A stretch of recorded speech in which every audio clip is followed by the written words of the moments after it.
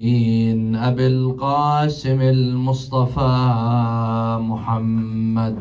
اللهم صل على محمد وعلى أهل بيته الطيبين الطاهرين.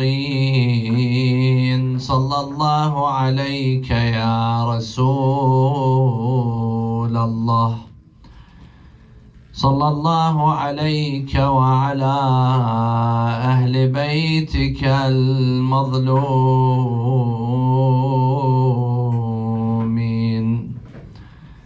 صلى الله عليك يا أبا عبد الله، يا رحمة الله الواسعة، ويا باب نجاة الأمة. يا ليتنا كنا معكم سادتي فنفوز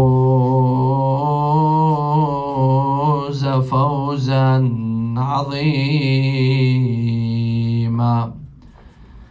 أعوذ بالله من الشيطان الرجيم. بسم الله الرحمن الرحيم.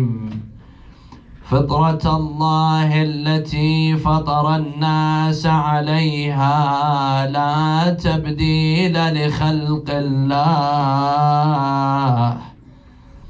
ذلك الدين القيم ولكن أكثر الناس لا يعلمون. Respected brothers and sisters, صلوا على محمد وآل محمد.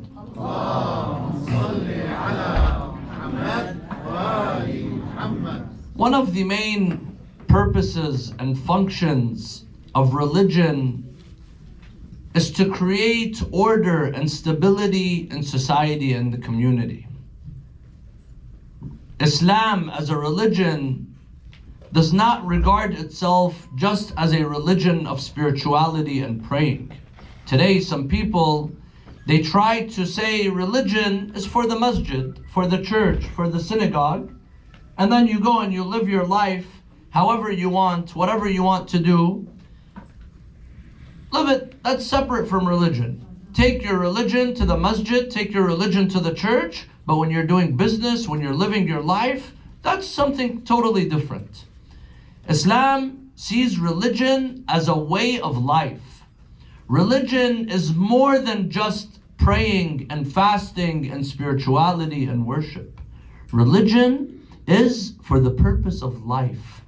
Allah says in the Quran, يَا أَيُّهَا الَّذِينَ آمَنُوا اسْتَجِيبُوا لِلَّهِ وَلِلرَّسُولِ إِذَا دَعَاكُمْ لِمَا يُحْيِيكُمْ.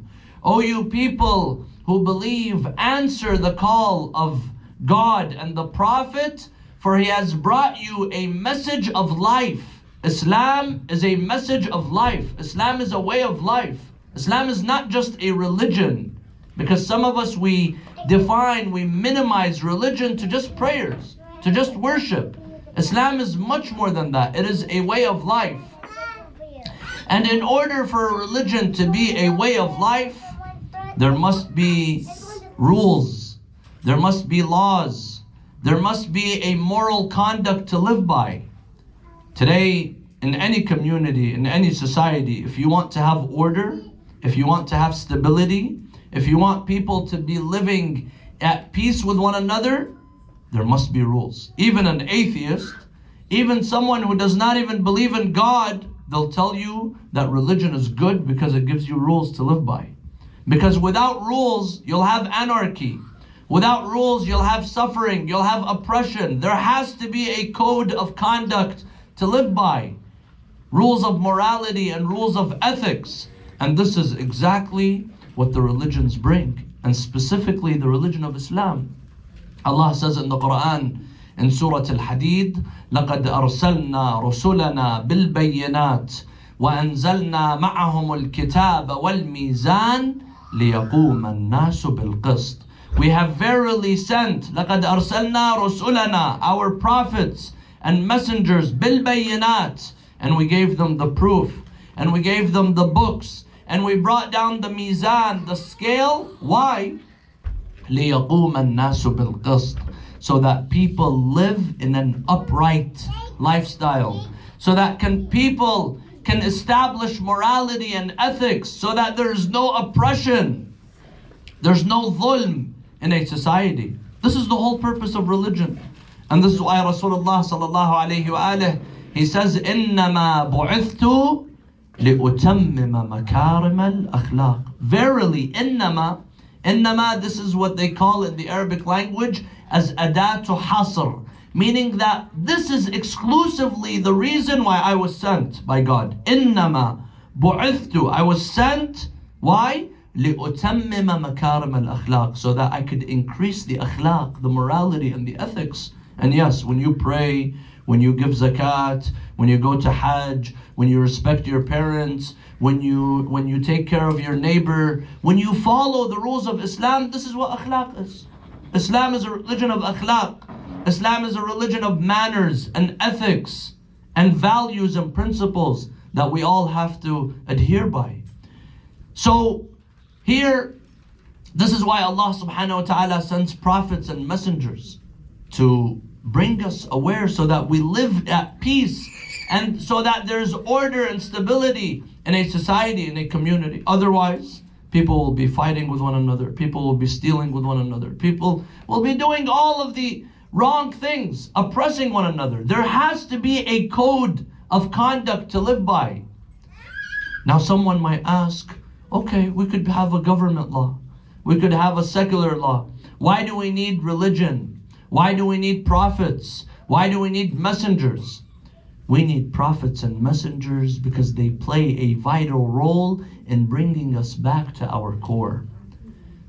People, there is a war, there's a conflict going on within every single individual, every single one of us. From the day Allah subhanahu wa ta'ala created Adam until today, there's a conflict going on within every single one of us. And this is what is referred to in the books of hadith as junud al-aql wa junud al-shaytan. Within every single one of us, there's a conflict. The conflict between the intellect and the desires. The intellect says, do this is the right thing. The desires say, no, do this is the right thing. There's a conflict. Some people, their aql has defeated the desires, and other people, the desires have defeated their aql. So this is why we are in need of religion. This is why we are in need of prophets. This is why we are in need of God to remind us to go back to the truth. The hadith says, بَعَثَ اللَّهُ الْأَنْبِيَاءَ. Allah subhanahu wa ta'ala sent prophets and messengers not to create new concepts. They're not saying that this is good and this is bad and you have to do the good and refrain from the bad. بَعَثَ اللَّهُ الْأَنْبِيَاءَ لِيُثِيرُوا دَفَائِنَ الْعُقُولِ. Allah subhanahu wa ta'ala sent prophets and messengers just to remind you, telling you your aql tells you this is the right thing to do and this is the wrong thing to do. Follow your intellect.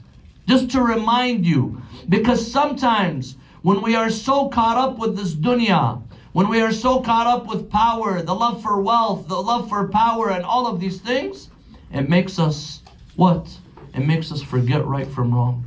It makes us lose our moral compass. It makes us not know where haqq is and where batil is. Why? Because of the love of power, because of the love of dunya. And this is what happened with Imam al-Hussein alayhi salam. استحوذ عليهم الشيطان فأنساهم ذكر الله العظيم.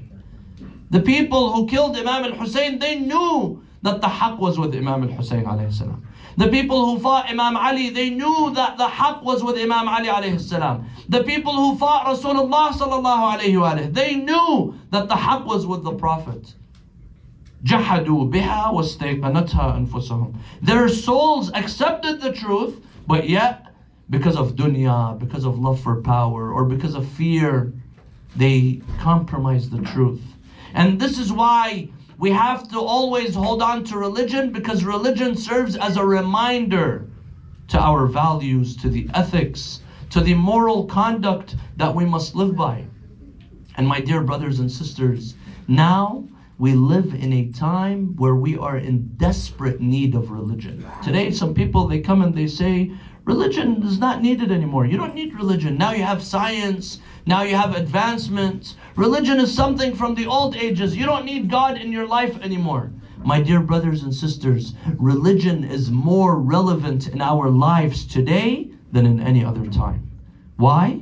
Because of the moral decline. Because of the challenges that we are seeing every day. Because of people that have lost everything. Their whole moral compass is gone.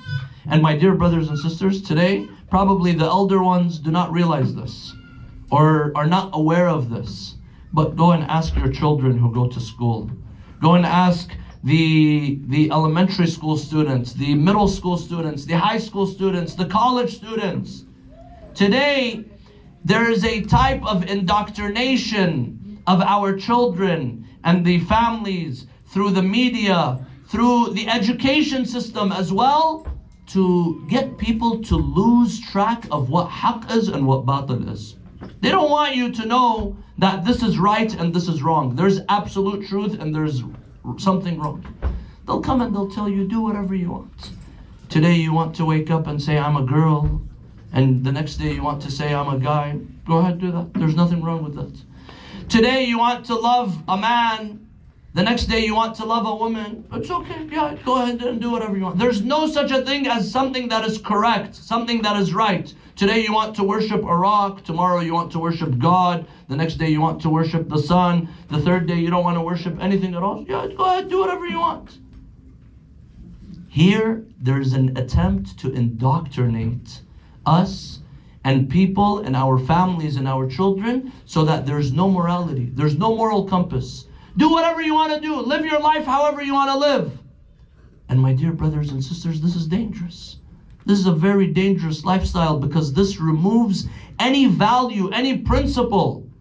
Nothing constant. Everything is a variable in your life. Everything changes. Today you want to live this life? Go ahead. Tomorrow you want to live another life? Go ahead. There's nothing stable in our lives. And this is wrong because there is a constant in our lives. And in a environment, in a society where everything is variables, everything is changing, we need to hold on to the constant, and that is religion.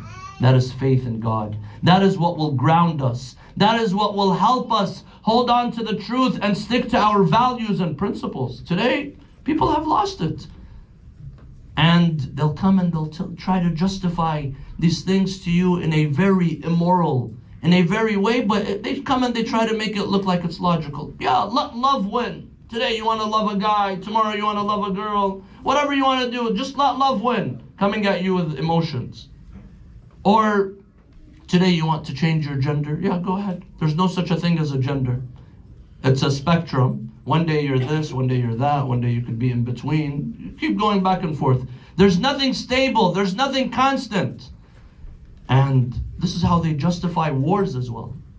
There's no morality. If you lose morality, if you lose any value that's holding you down, today, yes, let's wage a war against this country. Today we're going to fight this country. Today we're going to spend billions of dollars giving it to this oppressor. They do that. And people have lost the moral compass. There's nothing telling them this is right and this is wrong. There's no right and no wrong anymore. And my dear brothers and sisters, the job of religion is to bring us back to the truth. Bring us back to our values. But today some people ask, who is it that dictates morality? Why is it that a religion that was sent 1400 years ago, a book, a Quran that was revealed 1400 years ago, why should I follow that book 1400 years ago? Why can't I follow the American Constitution? Why can't I follow something else? Why do I have to follow the Quran? This is a very important question that some people ask. And right now we're living in a time where abortion is being talked about, where the LGBTQZA, all these letters, you know, the whole alphabet, they're all being mentioned. So they'll come and they'll tell you, yeah, why should you follow a religion from 1400 years ago? Why should you follow the Bible for the Christians? Well, we're talking on behalf of Islam. First of all, my dear brothers and sisters,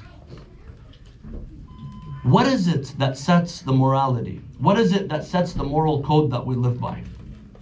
Here, there are 5 theories. There are 5 opinions. And let's analyze these theories. And the 5th one tells us to go back to religion. But the first 4, let's see what they are. The first, my dear brothers and sisters, there's one theory out there that is being promoted probably in the universities, probably to your children, wherever you go. That is, there's no morality.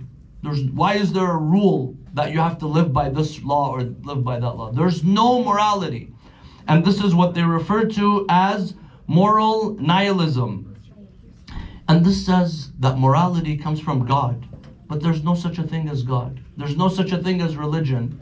And when there's no God, when you've wiped out God from a person's life, then what is it that gives authority to declare that this is right and this is wrong? So there's no such a thing as right and wrong. It's all a spectrum. Today you kill someone, well, you did it, it's okay, it's no big deal. Tomorrow you go and you give money to someone, yeah, it's okay, that's not right and this is not wrong. There's no such a thing as right and wrong. And this, my dear brothers and sisters, is where we are headed today as a society. This is where we are headed as a community. And this is why when we remove God from our lives, this is why when we remove religion from our lives, this is a very dangerous and catastrophic thing that could happen to a community. Religion, they'll come and tell you religion is a personal thing. But no. When my decisions that I'm making are impacting my neighbors and my parents and my children and the husband and the wife, then it becomes a community thing. And therefore I'm impacting everyone else. And therefore, even the atheist will tell you that this is not the right way to live. Even someone who does not believe in God, they say you have to have some type of rules. You have to have some type of morality. So even the atheist would probably reject that there is no code of morality to live by.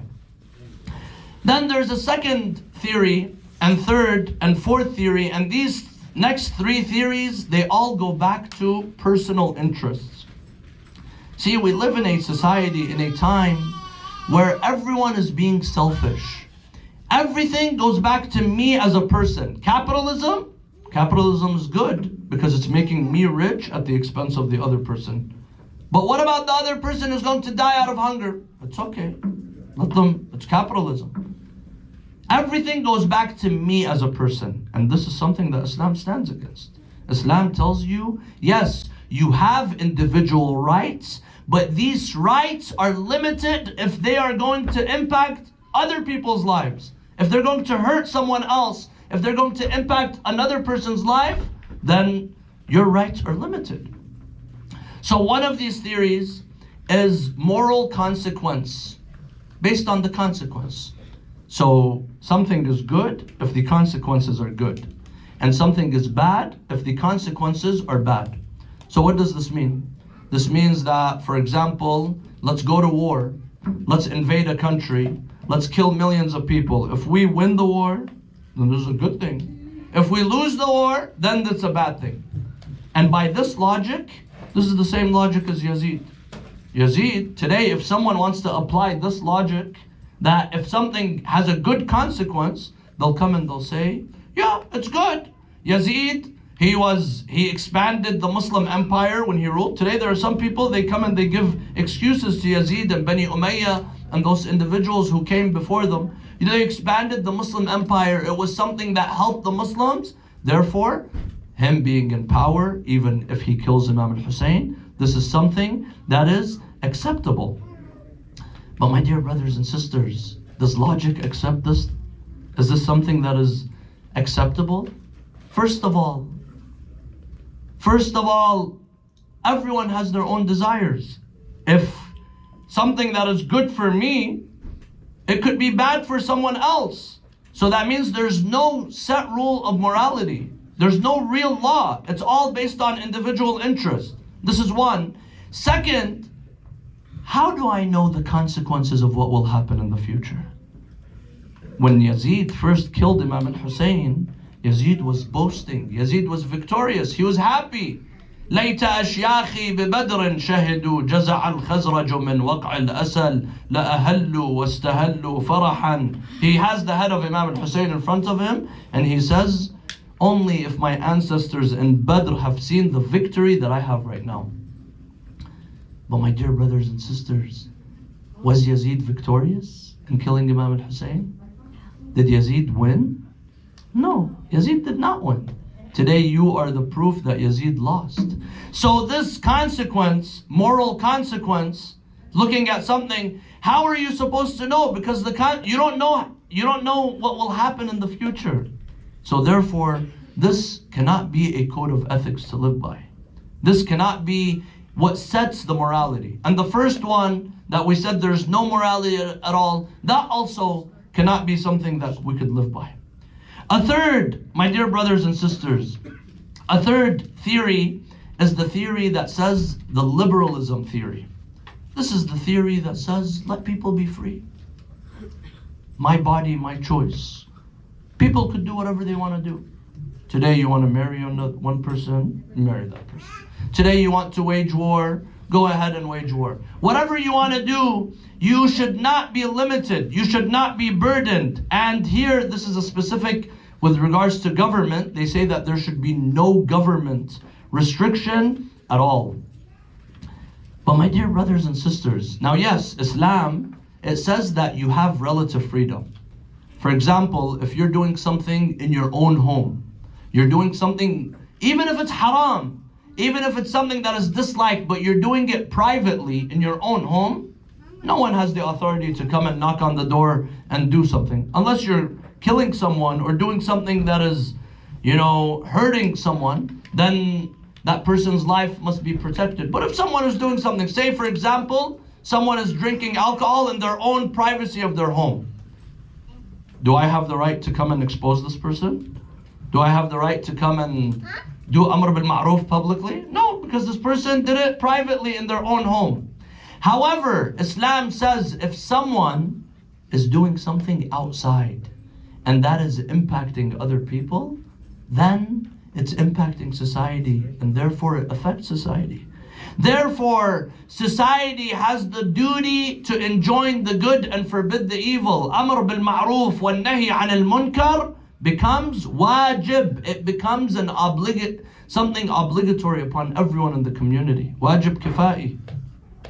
So if I have a friend, if I have a relative, if I have a family member that's doing something that's immoral, something that is haram, not in private, but in public, meaning doing something haram and posting it on Facebook, doing something wrong, immoral, and posting it on their TikTok account. Should I say, yeah, let people live their life. Let people do what they want to do? Here, no, it becomes my duty. It becomes my responsibility to speak out. Why? Because at the end of the day, we're all on one boat. If someone is sinking the boat, if someone is sinking the ship, then we will all pay the price. We will all suffer. But yes, if someone is doing something in their home and not telling anyone about it and no one knows about it, then here, it is not my duty to get involved. And Allah says in the Quran, كُنْتُمْ خَيْرَ أُمَّةٍ أُخْرِجَتْ لِلنَّاسِ. You want to be the best ummah? You want to be the most successful nation? What do you have to do? كُنْتُمْ خَيْرَ أُمَّةٍ أُخْرِجَتْ لِلنَّاسِ تَأْمُرُونَ بِالْمَعْرُوفِ وَتَنْهَوْنَ عَنِ الْمُنْكَرِ. You want to be the most successful of nations? You have to enjoin the good and forbid the evil. Why? Amr bil Ma'ruf, my dear brothers and sisters, it's common sense. You don't even need to know the Quran or Hadith to know about Amr bil Ma'ruf and Nahi an Munkar. Right now, if you have a family and one person in the family is doing something that is breaking the family apart, what do you have to do to keep the family together? You have to stop that person. You have to enjoin the good, Amr bil Ma'ruf, meaning order that which is good, وَالنَّهِي عَنِ الْمُنْكَرِ. These are two obligations. And stop the haram that's going on.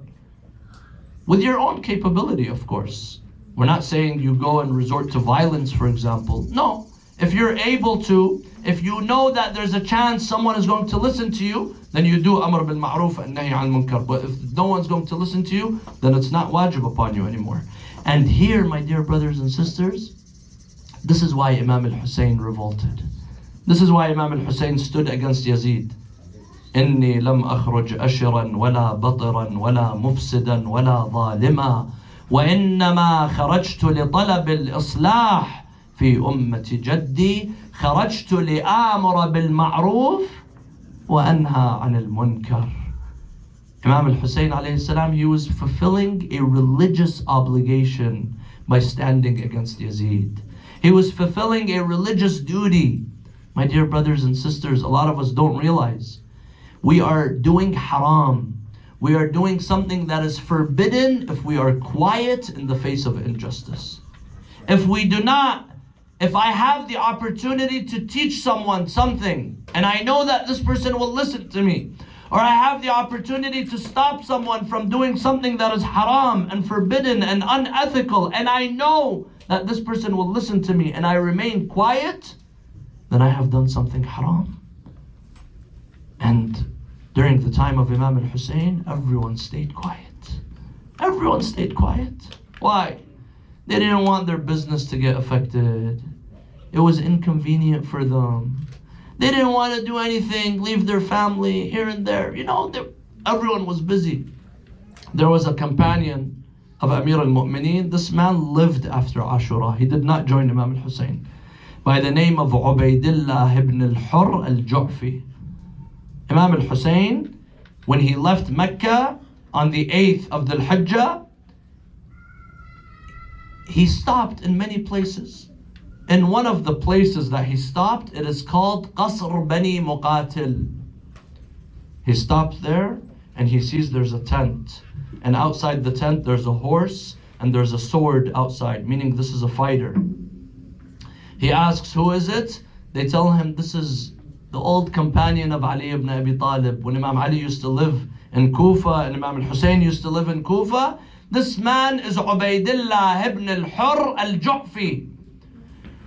Imam al-Hussein, he sends Al-Hajjaj ibn Masruq al-Ju'fi, another companion of his, who was killed on the day of Ashura and related to the other man. He sends him and he tells him, go and invite him to us. Go and tell him, join us, be with us. The man, he says, go back, I'm busy, I have my family, I have this and that. The hadith says, and he narrates himself, he says, Imam al-Hussein, he came walking to me with his children, they were with him, because they were camping nearby one another. He says he was walking to me and he tells me, you have sins, you have done so much wrong. Don't you want to purify yourself? Come and join us. Come and be with us. I'm inviting you to be from the companions of Imam al-Hussein alayhi salam. He said, Ya Aba Abdullah, I left Kufa because I knew you were coming to Kufa, and now you follow me here in the middle of the desert. He tells Imam al-Hussein, I can't be with you. I have family, I have business, I have life. But I have a horse that's so fast. Every time I chase someone with that horse, I was able to catch that person. Anytime someone was running after me with that horse, they were never able to catch me. I will give you my horse. Imam al-Hussein tells him, we don't want your horse. I came to save you. But you don't want the Amr bil Ma'ruf? It's okay, it's up to you. But Imam al-Hussein tells him, but keep away from Karbala. Keep away from us, because whoever hears our cries and does not help us, Allah will throw this person on their face in the hellfire. This man, he was one of the first visitors of Imam al-Hussein because he was camping nearby Karbala. He did not support Imam al-Hussein. Then he comes later on and he visits and he's full of regret and he mentions the whole story. My dear brothers and sisters, Amr bil Ma'ruf wa Nahy anil Munkar is very important. And this is why the liberalism theory, where it says, let people do whatever they want, this is something that is unacceptable. There's a fourth theory, which is called the virtue ethics theory. What does this say? This says, stealing is wrong, but if I'm stealing to give to the poor people, like Robin Hood, then it becomes something good. From a Muslim perspective, is this something that we can accept? No, we can't accept this, because at the end of the day, stealing is still stealing. Dhulm is still dhulm. Oppression is oppression. And you can't commit oppression. And these three theories, whether it's the consequence or liberal or virtue ethics, they all go back to a person. They decide what is moral. And this does not work. There has to be a law that applies to everyone's life. And this is why we go to the fifth theory, and this is the moral absolutism, meaning that there are moral laws that we must abide by. There are moral laws that we must respect. And these moral values and principles do not change. My consequences change, my circumstances change. This morality do not change. Right is right and wrong is wrong. حلال محمد حلال إلى يوم القيامة وحرام محمد حرام إلى يوم القيامة. You cannot change values and principles just because of yourself. And this is what we learn from Imam al-Hussein alayhi salam. And here we believe that Allah subhanahu wa ta'ala has created that which is haqq, and even God abides by that. Even Allah subhanahu wa ta'ala abides by that. Today there are, even amongst the Muslims, there are several theories. There are the mutakallimin, the school of kalam. There are some, for example, I remember once debating with a Salafi, and he was telling me if Allah wanted to throw Rasulullah in the hellfire, then Allah would do that, and that would be completely okay and acceptable. But we believe no. We believe in the adliya. We believe in the adl, in the justice of God as a main principle of our faith. And we believe that Allah subhanahu wa ta'ala does not allow injustice, and Allah does not do injustice. Now, where does this morality come from? Where do these laws of morality, this is right, dhulm is qabih, oppression is wrong, and respecting people is something that is good, where do these laws come from? Here, my dear brothers and sisters, these laws are not from religion. Religion helps us with these laws. These laws and these values are from ourselves. And the fitrah that Allah subhanahu wa ta'ala created us with. Allah has created us with a fitrah, with a consciousness. Allah has created us and programmed us. Just like when a computer, you buy a computer, there's a program, there's a software in that computer. We have all been created and we have been programmed. How have we been programmed? Through the fitrah, that consciousness. فَأَقِمْ وَجْهَكَ لِلدِّينِ حَنِيفًا فِطْرَةَ اللَّهِ الَّتِي فَطَرَ النَّاسَ عَلَيْهَا لَا تَبْدِيلَ لِخَلْقِ اللَّهِ ذَلِكَ الدِّينُ الْقَيِّمُ. Allah subhanahu wa ta'ala has created us and programmed us. This is why every single one of us has an inclination to worship God. This is why every single one of us, whether you're in the Amazon rainforest, you're in Africa, you're in Asia, you're in the Middle East, wherever you are from, you know what right is right and what wrong is wrong. And it is the job of religion to help us sometimes when our perspective is off. Religion helps us find the truth, and religion helps us find morality. A very beautiful hadith from Imam Ali alayhi salam, narrated by his companion Al-Asbagh ibn Nubata. Amir al-Mu'mineen, he says, when Allah subhanahu wa ta'ala created Adam, Jibreel comes to Adam and he tells him, Ya Adam, Allah subhanahu wa ta'ala has given you the power to choose one out of three things. Either you choose the aql, intellect, or you choose faith, religion, or you choose modesty and chastity. But you choose one and only one, and the other two will go away. So you could only choose either the aql, the intellect, or faith, or modesty and chastity. Imam Ali alayhi salam, he says, Adam chose the aql, the intellect. And Jibreel comes to faith and modesty. He tells them, go. They say, we were ordered to follow the aql. Wherever the aql goes, we will follow it. So my dear brothers and sisters, the greatest gift that Allah subhanahu wa ta'ala has given us is the aql. And it is the aql that helps you decide and distinguish between right and wrong. And this is why Islam says don't do anything that takes away your aql. Today people are doing drugs and alcohol and these intoxicants. Why is it haram? It's haram because it takes away the ability to make right decisions. This is why it's haram.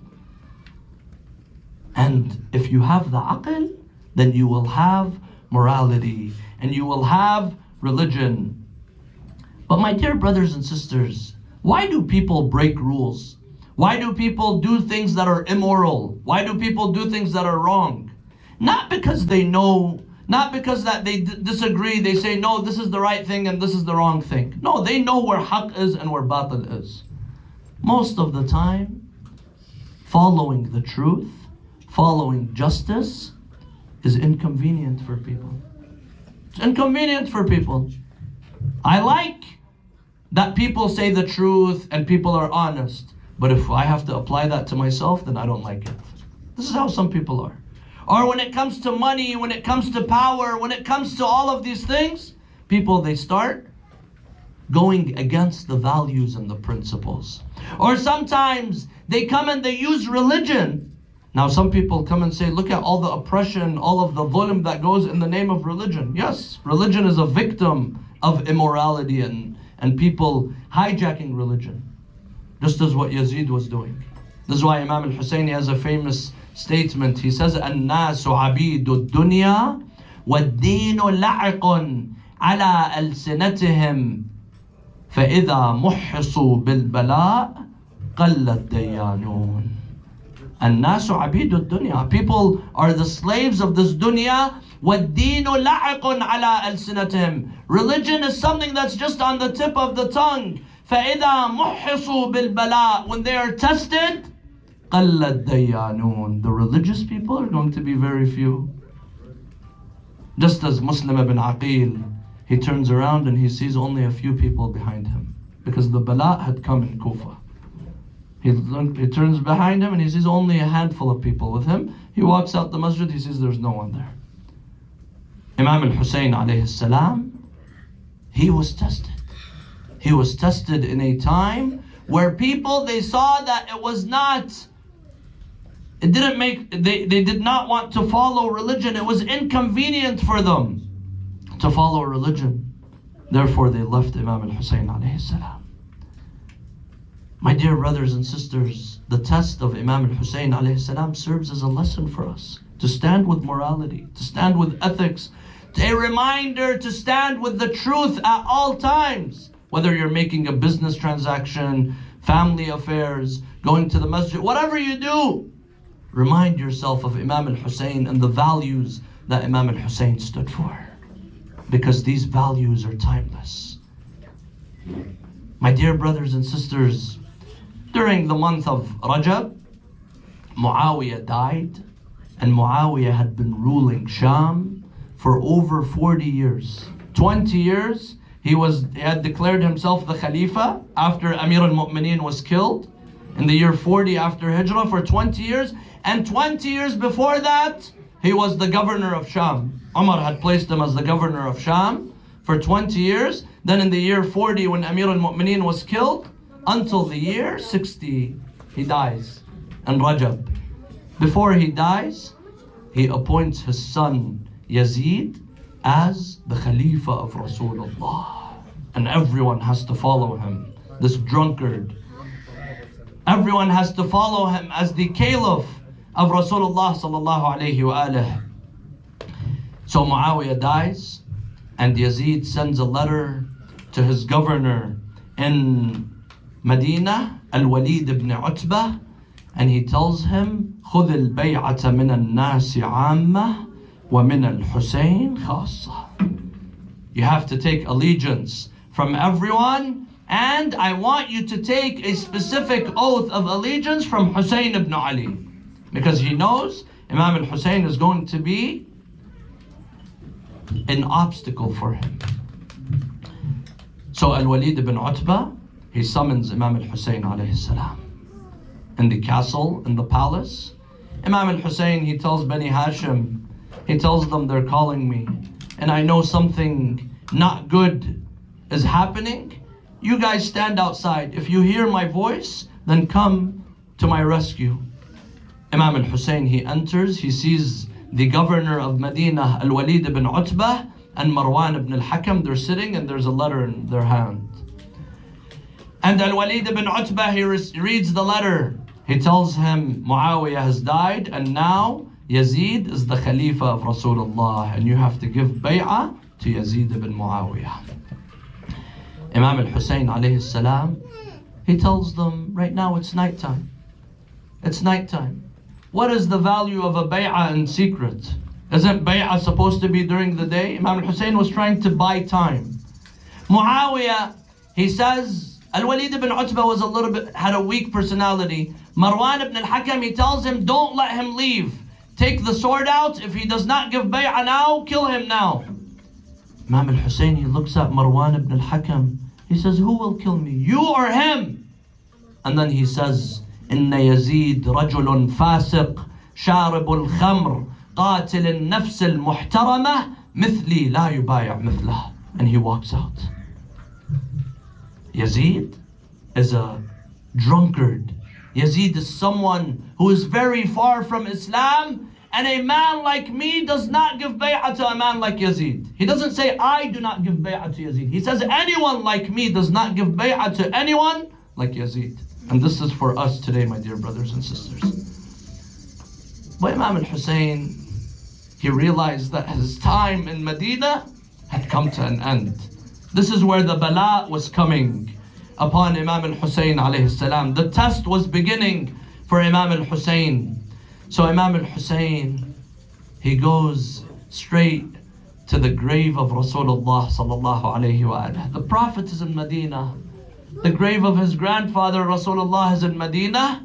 He goes to Rasulullah and he talks to Rasulullah, and then his eyes shut for a moment and he begins to tell Rasulullah, Ya Rasulullah, ضمني عندك يا جداه في هذا الضريح علني يا جد من بلوى زماني أستريح ضاق بي يا جد من فصح البلاء ضاق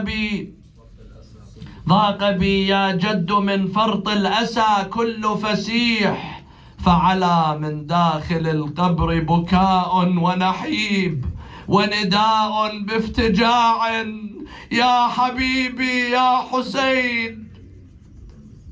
Rasulullah sallallahu alayhi wa alihi, he comes to Imam al-Hussein in the dream and he tells him, Ya Hussein, I know what you are going through right now.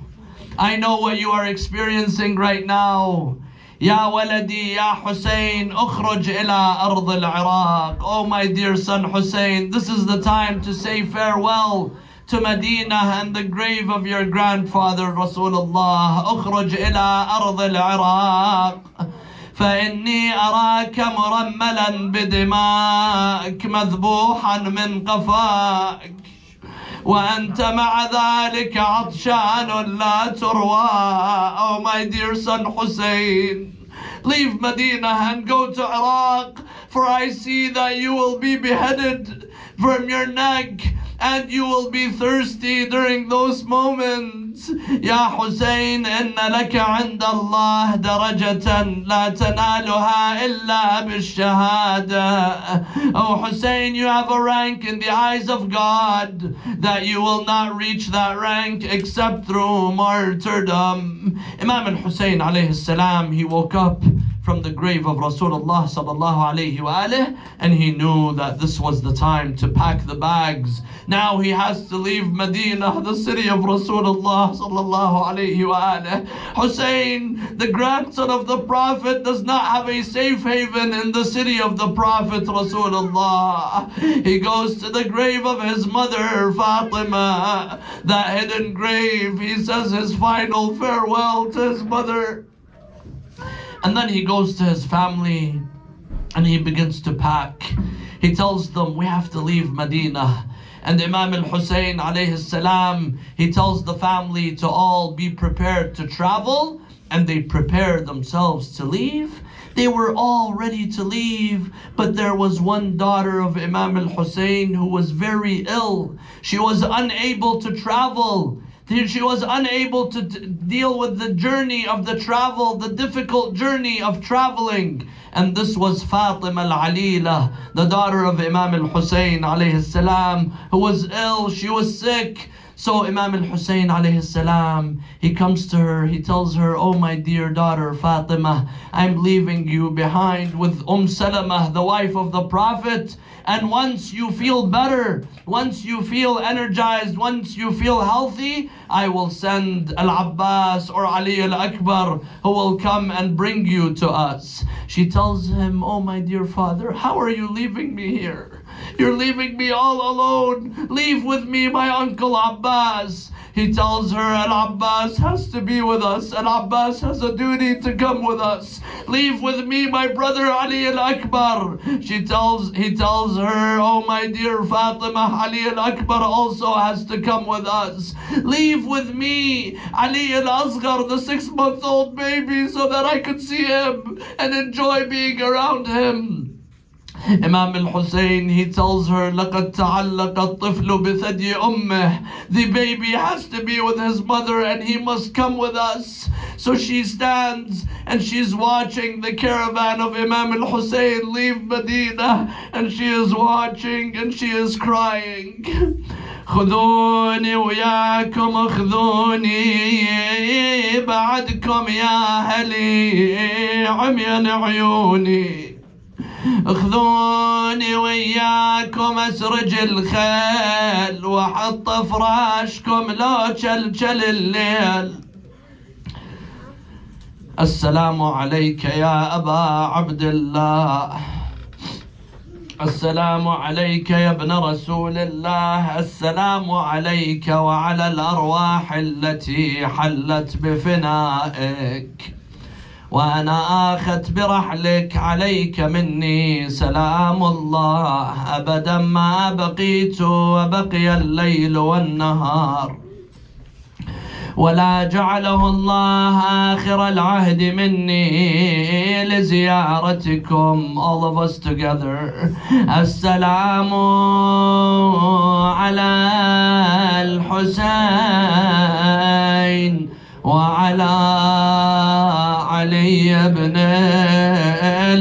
الحسين وعلى أولاد الحسين وعلى أصحاب الحسين.